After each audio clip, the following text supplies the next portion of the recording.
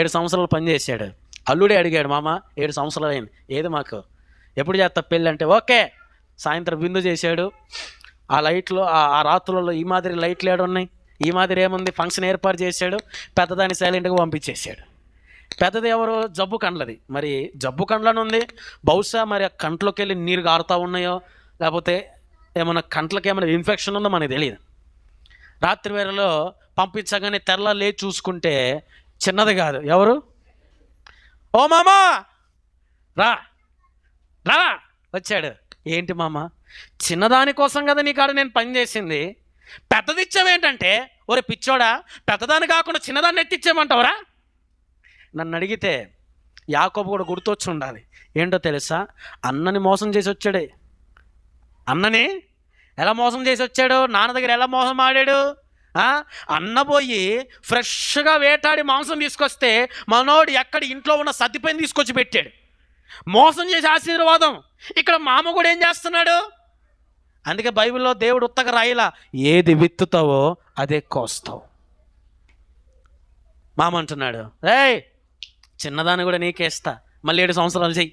ఎన్ని సంవత్సరాలు చెయ్యి. పాపం యాకోబు ఎంత ఇష్టమంటే రాహేలు, మళ్ళీ ఆ చిన్నదాని కోసం మళ్ళీ 7 సంవత్సరాలు. అంటే మనలాంటి వాళ్ళకి అమ్మా అని అనిపిస్తుంది, కానీ యాకోబు కంటికి 7 సంవత్సరాలు 7 రోజుల్లాగా ఉంది.